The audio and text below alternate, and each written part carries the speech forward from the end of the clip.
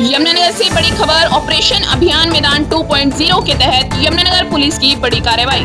150 पुलिसकर्मियों ने थाना छप्पर क्षेत्र के गांव सारन सहित अन्य स्थानों पर की सघन छापेमारी।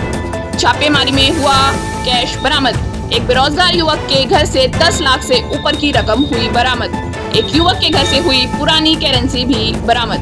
डीएसपी रजत गुलिया ने पत्रकारों से बातचीत करते हुए बताया कि नशे के खिलाफ चलाए जा रहे विशेष अभियान मैदान 2.0 के तहत जिला पुलिस ने बड़ी कार्रवाई करते हुए थाना छप्पर क्षेत्र के गांव सारन सहित कई संवेदनशील क्षेत्रों में सघन छापेमारी अभियान चलाया। इस दौरान संदिग्ध ठिकानों की जांच, तलाशी और निगरानी को और अधिक मजबूत किया गया। अभियान में करीब 150 पुलिस अधिकारियों और कर्मचारियों ने भाग लेकर नशा तस्करों तथा असामाजिक तत्वों के खिलाफ कड़ा संदेश दिया। डीएसपी ने जानकारी देते हुए बताया कि अंबाला रेंज के आईजी पंकज नैन ने निर्देशों पर नशे को जड़ से समाप्त करने के उद्देश्य से मैदान 2.0 अभियान चलाया जा रहा है। इसी कड़ी में पुलिस अधीक्षक कमलदीप गोयल के मार्गदर्शन में यमुनानगर जिला पुलिस लगातार कार्रवाई कर रही है। डीएसपी रजत गुलिया ने बताया कि ऑपरेशन मैदान 2.0 के तहत जिला पुलिस की अपराध शाखा 1 और अपराध शाखा 2 व अन्य पुलिस की टीमों ने नशा तस्करों के खिलाफ थाना छप्पर के गांव सारन में रेड की। रेड के समय कई घरों में पुलिस की टीमों ने जांच की। जांच के दौरान सारन निवासी सुभाष के घर से 10,37,800 रुपए बरामद हुए। डीएसपी ने जानकारी देते हुए बताया कि गांव सारन में रेड के दौरान कैश बरामद हुआ है। जिस व्यक्ति के घर से भारी मात्रा में कैश मिला है वह बेरोजगार है और कोई काम नहीं करता। डीएसपी रजत गुलिया ने अपराध शाखा 2 के प्रांगण में पत्रकारों से बातचीत करते हुए बताया कि समय समय पर उनकी टीमें इस प्रकार कार्रवाई करती रहती हैं। उन्होंने बताया कि रेड के दौरान 10 टीमें गाँव में गयी थी और यह रेड सुबह 5 बजे की गई थी।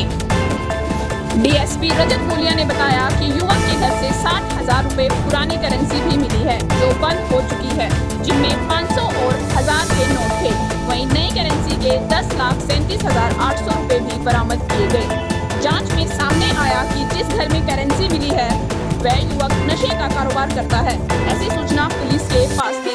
डीएसपी रजत गुलिया ने अभियान के दौरान स्पष्ट शब्दों में कहा कि जिले में नशा तस्करी किसी भी कीमत पर बर्दाश्त नहीं की जाएगी। उन्होंने नशा तस्करों को चेतावनी देते हुए कहा कि वे या तो नशा तस्करी का धंधा छोड़ दें या फिर हम छुड़ा देंगे। उन्होंने कहा कि पुलिस की कार्रवाई आगे भी इसी तरह जारी रहेगी और किसी भी आरोपी को बख्शा नहीं जाएगा। उन्होंने कहा कि युवाओं को नशे की गिरफ्त से बचाना पुलिस की प्राथमिकता है। नशा समाज और परिवार दोनों को नुकसान पहुंचाता है, इसलिए इसके खिलाफ जन सहयोग भी जरूरी है। पुलिस लगातार ऐसे लोगों की पहचान कर रही है जो नशे के कारोबार में शामिल हैं और उनके खिलाफ कानूनी कार्रवाई की जा रही है। उन्होंने बताया कि मैदान 2.0 अभियान के तहत जिले के विभिन्न क्षेत्रों में नियमित रूप से छापेमारी, निगरानी और जांच अभियान चलाए जाएंगे। इसके साथ ही आम नागरिकों से भी अपील की गई है कि यदि उनके आसपास कोई व्यक्ति नशे के कारोबार में संलिप्त है तो इसकी सूचना तुरंत पुलिस को दे। सूचना देने वाले व्यक्ति की पहचान पूरी तरह गोपनीय रखी जाएगी। जिला पुलिस का कहना है कि नशा मुक्त समाज के निर्माण के लिए पुलिस पूरी प्रतिबद्धता के साथ कार्य कर रही है और भविष्य में भी ऐसे विशेष अभियान जारी रहेंगे। अभियान के माध्यम से नशा तस्करों और असामाजिक तत्वों में हड़कंप का माहौल देखा गया। ऑपरेशन मैदान 2.0 के चलते गांव सारन में रेड करी गई थी। हमें सोर्सेस से पता चला था कि वहां लगभग 10 ऐसे व्यक्ति हैं जो नशे के कारोबार में संलिप्त हैं। उसके चलते एनडीपीएस के प्रोविजंस को फॉलो करते हुए सीआईए 1 एंड सीआईए 2 की टीम उनके इंचार्जेस द्वारा लीड करी गई थी। राकेश जी इस टीम को लीड कर रहे थे। तो जब इनके घरों में रेड करी गई, उनमें से एक व्यक्ति सुभाष के घर चेकिंग के दौरान लगभग 10,37,000 रुपए कैश में मिले थे। इसके अलावा उसके पास 60,000 रुपए जो 2016 में जो करेंसी बंद हो गई थी उसके 500 और 1000 के नोट भी मिले। तो जो उसकी घर की स्थिति देखी जाए और तो उससे वह सारी अमाउंट ही सस्पिशियस लग रही है। उस कैश को सीज करा गया। उसकी मदर आंगनवाड़ी वर्कर है और वह स्वयं कुछ भी नहीं करता। अब आगे इस कैश को हम इनकम टैक्स डिपार्टमेंट को इन्फॉर्म करेंगे और कैश को ट्रेजरी में जमा करा जाएगा। प्लस उनके जो बैंक अकाउंट है उनको भी देखा जाएगा कि कहाँ से कैश आ रहा था और क्या लोन सोर्सेस। तो सर कोई नशा मिला?